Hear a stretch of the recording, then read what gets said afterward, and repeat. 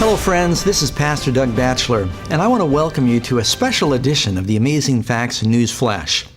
There has been an awful lot happening in this last year dealing with historic prophetic headlines.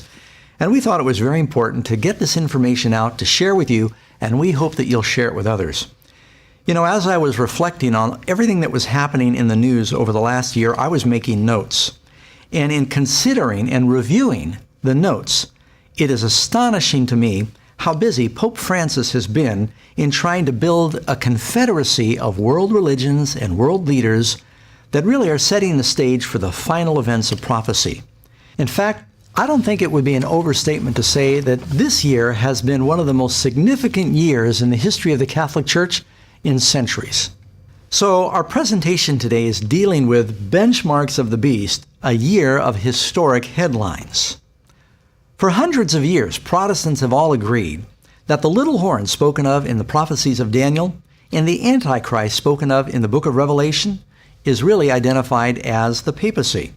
Now, just so you'll know that I'm not the only one that feels this way, take a look at some of the founders of the Protestant Reformation and how they viewed the office of the papacy. For instance, take Martin Luther, the founder of the Lutheran Church and father of the Protestant Reformation. He wrote, "We here are of the conviction that the papacy is the seat of the true and real Antichrist." Can't be any more plain than that. Take, for instance, John Calvin, one of the founders of the Presbyterian Church. He wrote, "I deny him to be the vicar of Christ who, in furiously persecuting the gospel, demonstrates by his conduct that he is Antichrist." Why don't we jump to John Wesley, founder of the Methodist Church? Here's what he said.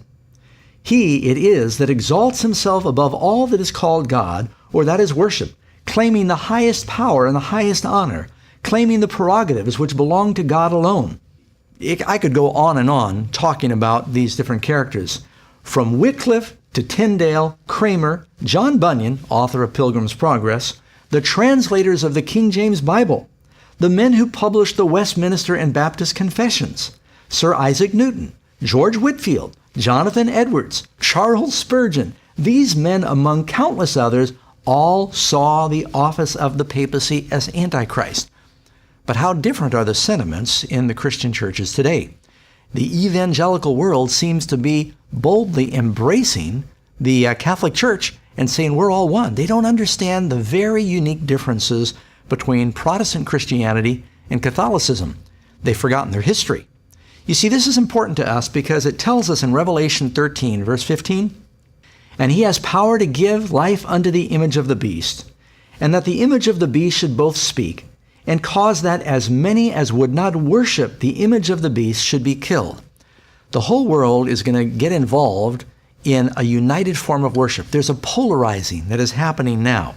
It goes on to say in Revelation chapter 13, verse 16, "And he causes all, both small and great, rich and poor, free and bond, to receive a mark in their right hand or in their forehead, that no man might buy or sell, save he that has the mark, or the name of the beast, or the number of his name."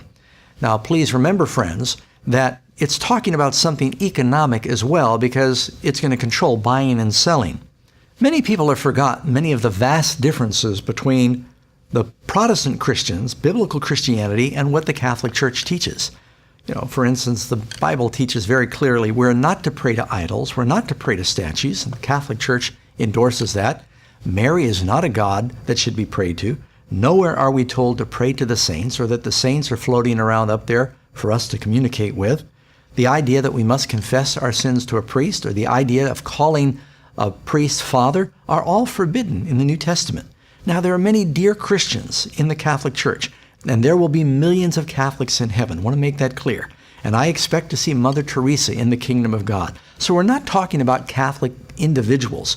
We're talking about an institution that Bible prophecies foretold would radically drift from the foundation of God's Word, and that this institution would be instrumental in the last days and compelling the world to worship in a way that the Bible forbids. And true Christians are going to have to choose whether to follow the beast or whether to follow Christ in the Bible. That's why this presentation is very important. Well, with that in mind, let's review some of the things that happened with the Catholic Church and Pope Francis in 2014 and see if you don't get excited realizing we're living near the end of time. I think we all remember how stunned we were when we heard this personal video message delivered with such heartfelt emotion and appeal from Pope Francis to a Kenneth Copeland Evangelical Leadership Conference. And the prelude to that message was where his friend, the Anglican Bishop Tony Palmer, said 3 times in his presentation that the Protestant Reformation was over. Matter of fact, he said, maybe we're all Catholics now. And then there was such an exuberant response from that room filled with charismatic Christians that were praying and speaking in tongues, blessing the Pope. But he was appealing for Protestants to unite, quoting John 17, with the Catholic Church. There was no misunderstanding what this was all about. Our next historic headline came March 13, when Pope Francis was invited to address a joint session of Congress. A special letter was written by House Speaker John Boehner, also endorsed by Nancy Pelosi, giving a formal invitation to the Pope to come and address the most powerful political leaders in the most powerful country of the world. It's extremely significant when the Pope receives an official invitation to address the joint sessions of Congress. It's generally accepted that this event is going to be happening sometime in September 2015 when the Pope makes a special trip to Philadelphia. Another historic headline took place March 27, when the President of the United States, Barack Obama, went to visit Pope Francis at the Vatican. And they spoke together privately for an hour. During that time, the Pope gave the President a medallion symbolizing the need of peace and solidarity between the two hemispheres. And the President gave the Pope a seed box where the wood of the box was made from the first Catholic cathedral in North America. This reminds me of those scriptures that say that the U.S. is going to be that second beast that will make an image to the first beast that had the deadly wound that was healed. The next news flash and historic headline was when the Pope announced that he would be canonizing 2 former popes. It said in the newspaper copy, "In a brilliant PR move, Pope Francis made history again during this event in Vatican City, elevating to sainthood Pope John the 23rd and Pope John Paul II, 2 of his most famous papal predecessors." Many Catholic analysts believe that this was done partly to unify the world's 1 billion Roman Catholics that have been somewhat fragmented. Following the service, Pope Francis gently embraced the former Pope Benedict XVI, who also attended the occasion. 2 living popes there honoring 2 dead ones. Even more importantly, this act is seen as an effort to greatly elevate the status of Pope Francis, who evidently has enough power to declare the other popes saints. What does it mean when a living pope has enough clout and authority to declare dead popes saints that can be prayed to? This event was seen as something that would greatly exalt and elevate the status and power of Pope Francis. This epic spectacle that was attended by thousands of bishops and priests was beamed by satellite all around the world. You know, friends, the Bible is very clear. We don't need to pray to dead popes in order to get God's attention. We can go directly through Jesus. Paul said in 1 Timothy chapter 2, verse 5, "For there is one God and one mediator between God and men, the man Christ Jesus." But wait, friends, there's more. Now for another important headline. May 9th. The Pope advises the United Nations on economics, calling for legitimate redistribution of wealth to the poor. Here you have the Pope. He's a church leader, and he is meeting at the Vatican with the leader of the United Nations, giving the United Nations economic mandates. Oh, friendly advice, I should say. It says here, Vatican City, AP, Pope Francis called Friday for governments to redistribute wealth to the poor in a new spirit of generosity, to help curb the economy of exclusion that's taking hold today. Regarding the global economical and political organization, there is still a lot to do. An important part of humanity continues being excluded from the benefits of progress and, in fact, set aside as second-class human beings. The future Sustainable Development Goals should be formulated and executed with magnanimity and courage for them to reach and have an impact on the structural causes of poverty and hunger. Francis made the appeal during a speech to UN Secretary General Ban Ki-moon and the heads of major UN agencies who are meeting in Rome this week. Latin America's first pope has frequently lashed out at the injustice of capitalism on the global economic systems that exclude so much of humanity. On Friday, Francis called for the United Nations to promote a worldwide ethical mobilization of solidarity with the poor in a new spirit of generosity. All of this may seem to be just very innocuous and fine, but what gets my attention is look at the power of the Pope, that the leaders of the United Nations are in the Vatican and the Pope is talking about economic policy. Doesn't Revelation tell us that the time is coming when this beast power is going to declare who can buy and sell? It's all leading in that direction, friends. Another headline. On May 25, Pope Francis made his first visit to the Holy Land, and he called for peace. Il principe della pace. Desidero rivolgere un invito a lei, signor Presidente Mahmoud Abbas, e al signor Presidente Shimon Peres, ad elevare insieme con me una intensa preghiera, invocando da Dio il dono della pace. Offro la mia casa in Vaticano per ospitare questo incontro di preghiera. This was the first time Pope Francis made a visit to the most important holy sites for Jews, Muslims, Protestants, and Catholics. This represents a very significant photo op for the leader of the Catholic Church, showing that here he is, hugging and embracing Jews and Muslims and Protestants all on this holy site. You know, this reminds me of that verse in 2 Thessalonians 2, verse 3 and 4. And the man of sin is revealed, the son of perdition, who opposes and exalts himself above all that is called God or is worshipped, so that he as God sits in the temple of God, showing himself that he is God. You know, friends, it wasn't a mistake, speaking to the general evangelical Christians that are waiting for the temple to be rebuilt and that are campaigning for the freedom of Israel, that the Pope would go to that location to show that he can pull together the world's religions. Reminds me of that passage there in Thessalonians that talks about he sits in the temple of God showing himself that he is God in the context of a religious leader. I don't think any of us can miss that the Pope is framing himself as the spiritual leader for the religions of the world. You can see this is a picture that really says it all, friends. Here you have the Pope standing by the Wailing Wall, this holy site, and he's flanked by Muslims, Orthodox, and regular Jews. Let's not misunderstand the significance of what happens when the Pope comes to the convergent point of the religions of the world, the Middle East, and he embraces the Muslims and the Jews and the Christians and places himself in the middle of it all. Our next historic headline took place June 1st, when the Pope attended a charismatic convocation for the first time. It says it right here in the copy.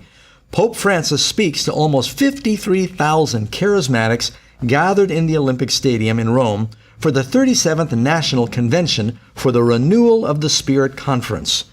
As the Pope knelt there right on the ground, they all prayed over the Pope in tongues, reminding us of that other video we saw when Kenneth Copeland in the leadership conference, they all prayed in tongues over the Pope.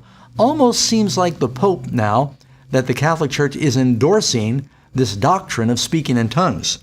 In fact, it said here in the newspaper report that during the event, the Pope acknowledged he had once been uncomfortable with the charismatic movement, but he said he is evidently feeling much better now.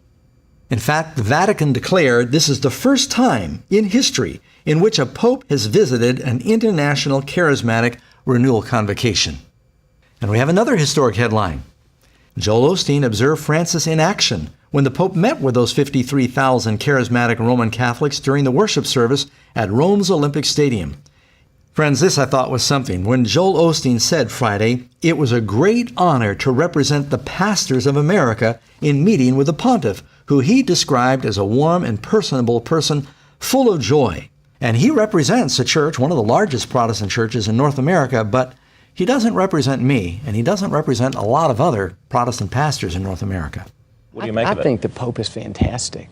You know, I just think his tone, his humility, his, you know, I loved when he said the other day, you know, and it's our view too. We're not trying to, you know, make this a little bitty narrow thing. Anybody's welcome. We may not agree 100% on doctrine and theology, but you know what? The church, Catholic Church, our church, it's open for everybody, so I like his tone. I think those are some fascinating comments from Pastor Osteen, who's such a widely respected figure in North America. Pope Francis invited these Protestant leaders to the Vatican, including members of the Latter-day Saints, to discuss the question, can we find common ground in order to advance the life and ministry of Jesus so people can experience the joy of the Christian faith? All sounds so beautiful, friends, but it's all leading towards a dangerous kind of unity. The next historic headline took place on June 8th, when the Pope inserts himself in the Middle East peace process. Of course, earlier this year, there was a terrible war going on between Palestine and Israel, bombs flying back and forth. And so it was very important that there were peace talks.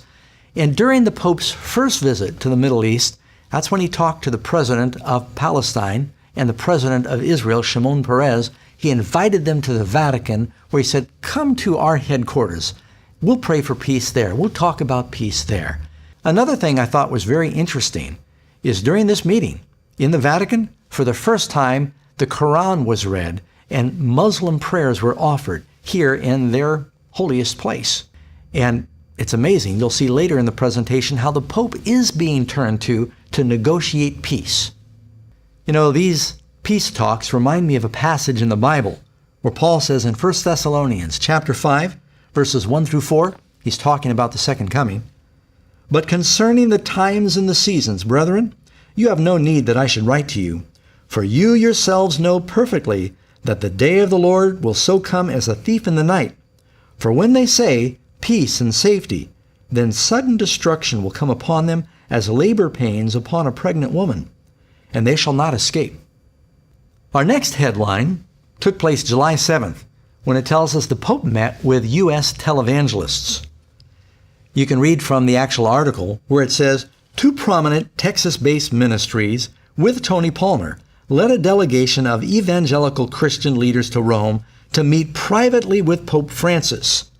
James and Betty Robeson, co-hosts of Life Today television program, and Kenneth Copeland, host of Believer's Voice of Victory, met the Roman Pontiff at the Vatican on Thursday. The meeting lasted almost 3 hours and included a private luncheon where they proposed, listen to this friends, signing on the 500th anniversary of Martin Luther's 95 Thesis, 17, a joint declaration of faith and unity for mission. Wow!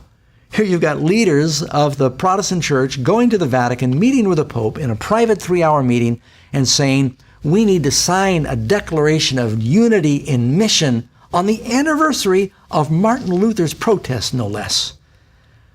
I read in one article that the combined viewers of these televangelists that came to the Vatican, they represent 800 million people. Our next headline took place July 22nd. A lot happened in July. The Pope picks a council to promote global Christian unity.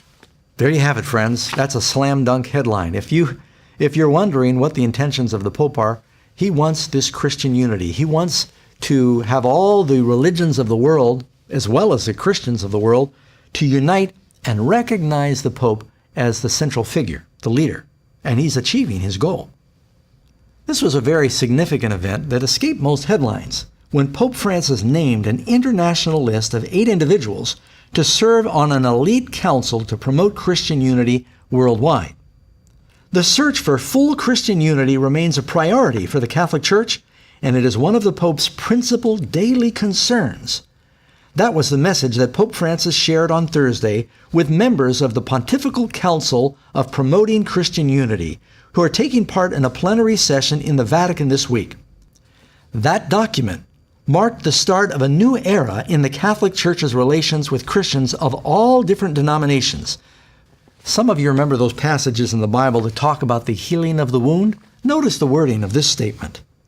Earlier hostility and indifference that caused such deep wounds between Christians, the Pope said, has given way to a process of healing that allows us to welcome others as brothers and sisters united in our common baptism. Another headline I thought should include, perhaps not historic, but significant nonetheless, August 22nd, the Pope approves the use of military force. Here's how that was reported. During a news conference aboard a plane on his way home from Seoul, Korea, on Monday, Francis was asked explicitly, "Do you approve of the Americans' bombing?" Talking about the bombing of ISIS. Pope Francis responded, "Che è lecito fermare l'aggressore ingiusto." Now, this was not really a new position for the Pope. The Vatican, of course, has launched many crusades and endorsed a lot of military action throughout history. But I thought it was important to understand, where does Pope Francis stand on these issues? Our next historic headline, September 4, Pope asked to head United Religions Organization. Former Israeli President Shimon Peres elevated the Catholic leader as a central figure for world peace. Traditionally, Jewish leaders have felt the papacy has been compliant with anti-Semitic movements. Shimon Peres called the Pope a more powerful peace advocate than the United Nations. Then, as if that wasn't enough, it tells us that U.S. Deputy Assistant Secretary of State Jerry White, he called for a global covenant of religions with the Pope as the head. So what would a global covenant or agreement look like to renounce violence in the name of religion, in the name of God? What type of parchment is needed for such a thing? What type of gathering to take the fullness of Sant'Egidio's work as well and go even higher with the invitations of the Vatican and Pope Francis? Everybody's turning to the Pope. You know, one other thing that happened is Fox commentator Judge Jeanine, she said the Pope is the one that ought to lead out in solving the problem of the war in the Middle East. Tonight, Christians in the Middle East marked for death because of their faith, and no one is fighting for them. As Christians are slaughtered, churches torched, and families forced from their homeland, the mass murder of Christians is underway. So who should be defending Christians? Who? The leader of the Catholic Church, the Pope, the man who shepherds the faithful. That's pretty significant coming from Judge Jeanine, who is a very popular commentator on Fox News. Next historic headline we go to October 27. Pope declares faith in the Big Bang and evolution. Well, this really isn't a historic headline because the Catholic Church has said for a long time that they believed in evolution and in the potential of the Big Bang theory. But it tells us where Pope Francis stands. What you find in the article, it says the Big Bang, which scientists believe led to the formation of the universe some 13.8 billion years ago, was all part of God's plan. The Pope said the scientific account of the beginning of the universe and the development of life through evolution are compatible with the Catholic Church's vision of creation. Of course, friends, if evolution is true, then you can't take the Genesis account of creation as being literally true. But Jesus said they are. You see, Christ said, if you don't believe Moses, you don't believe me. Now we have another historic headline. The following month, November 18, Pastor Rick Warren meets with the Pope at the Vatican, and he's invited to speak at the Vatican. Rick Warren, leading American Protestant minister, after meeting with Pope Francis, said, "Up close you can feel the humanity and the compassion that others see from afar." Warren went on to say, as long as Catholics and Protestants love Jesus, we're all on the same team. Well, friends, I tell you, that kind of troubles me because I think there are deep, vast differences between what Protestants believe and what Catholics believe. And all of this love language is really, it's being used to build a false unity that's going to work against us in the last days. Participants at the conference, that included Southern Baptists as well as Muslims, Jewish, and Latter-day Saint representatives, considered topics such as traditional marriage, cohabitation, and same-sex marriage. You can see the unity is all being based upon things that are very important to these various religions, but that unity is going to end up backfiring. I think everybody recognizes that Rick Warren, who is probably one of the most influential American authors and pastors, for him to go and represent evangelicals of North America speaks volumes. Why did you want to be part of this Vatican meeting, this international colloquy on marriage? Why did you consider it important that you be there and offer a message? Well, when the Pope invites you, you go. Rick Warren goes on to say, as long as Catholics and Protestants love Jesus, we're really all just on the same team. On to the next historic headline. Newsflash, November 30. Pope calls for all Christians to unite. Well, he's not beating around the bush. He's inviting Christians everywhere to unite. And listen to this. Speaking from Istanbul, Turkey, Pope Francis, joined by Patriarch Bartholomew, the spiritual leader of 250 million Orthodox Christians, he's encouraging all the faithful to join them in praying that all may be one, that the world may believe. The two leaders also signed a document declaring the same. In addition, the Pope and the Patriarch also called on the world to foster solidarity and greater dialogue with Islam that is based on friendship and respect. Have you ever wondered how the Islamic religion was going to fit into the final scenario of the book of Revelation? Well, they're all pushing for a love one another unity here. Again, you find the language healing the wound. Notice, Bartholomew I says in a meeting with Pope Francis, with help, the move of the two churches closer to ending their nearly 1,000-year divide. Francis was urging participants to speak out boldly and listen humbly, but also healing the wounds of Christian division. That comes from the Boston Globe. Do you remember that verse, friends? Revelation 13:12?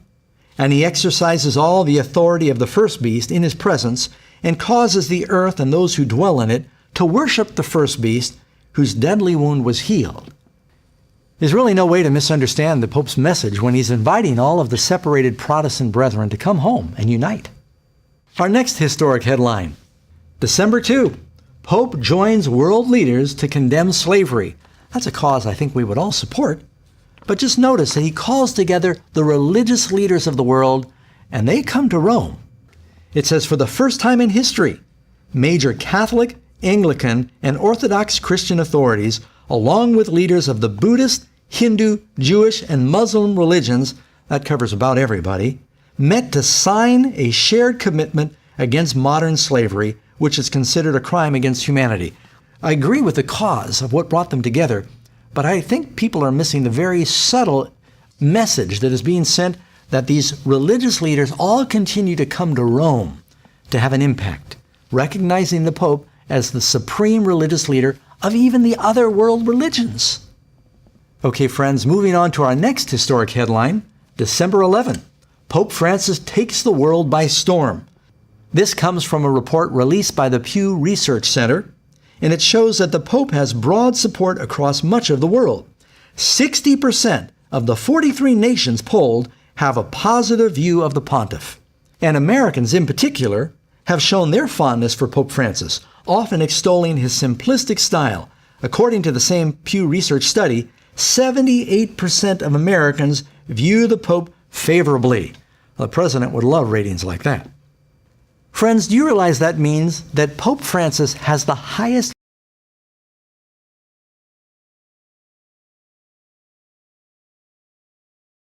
the most progressive year for the Catholic Church? This is actually from an article written by Paul Moses, professor, Brooklyn College in New York. It reads that Pope Francis has initiated a revolution in the Catholic Church in 2014, a revolution of common sense rather than ideology or doctrine. Our next historic headline, December 16. The U.S. asks the Vatican to help close Guantanamo Bay, according to Russia Today. We might have thought that that was just a scandalous conspiracy headline until you read what happens in the next headline the next day. December 17. The Pope mediates peace between the U.S. and Cuba in secret talks. And who says he doesn't have political clout? This comes from the New York Times, friends. In a deal negotiated during 18 months of secret talks, hosted largely by Canada and encouraged by Pope Francis, who hosted the final meeting at the Vatican, Mr. Obama and President Raul Castro of Cuba agreed in a telephone call to put aside decades of hostility and find a new relationship between the United States and the island nation just 90 miles off the coast. In spite of 50 years of communism, friends, the Catholic Church is still the largest church in Cuba, so this was not an accident.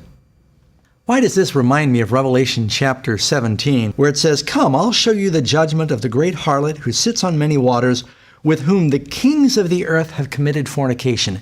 It tells us this woman is involved in the negotiations and the intrigue of political powers. That's exactly what the Catholic Church is doing. That's why the Vatican has ambassadors coming from around the world. Going on to our next headline, December 18, under Francis, a bolder vision of Vatican diplomacy emerges. Again, New York Times.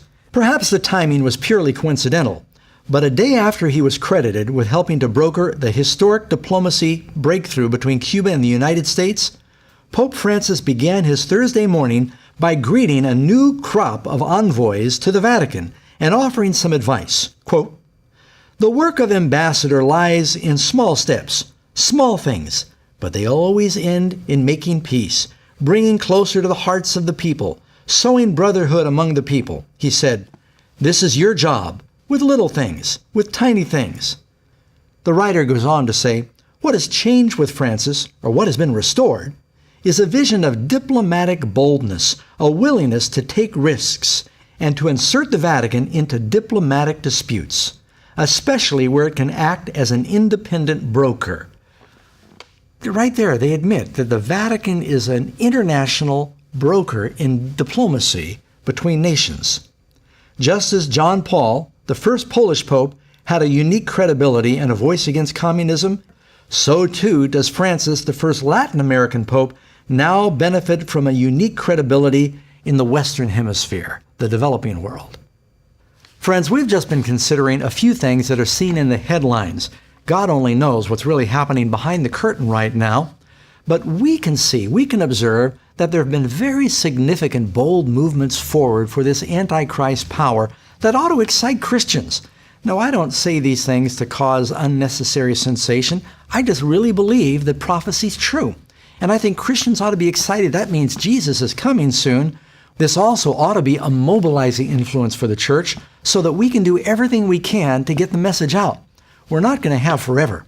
So friends, when we consider all these historic headlines, I need to just ask you, what do you think would happen right now if there's a financial international meltdown? Or if some rogue nation detonates a nuclear weapon? Or if there's some catastrophic natural disaster? After looking at these headlines, where do you think the people and leaders of the world are going to turn for help?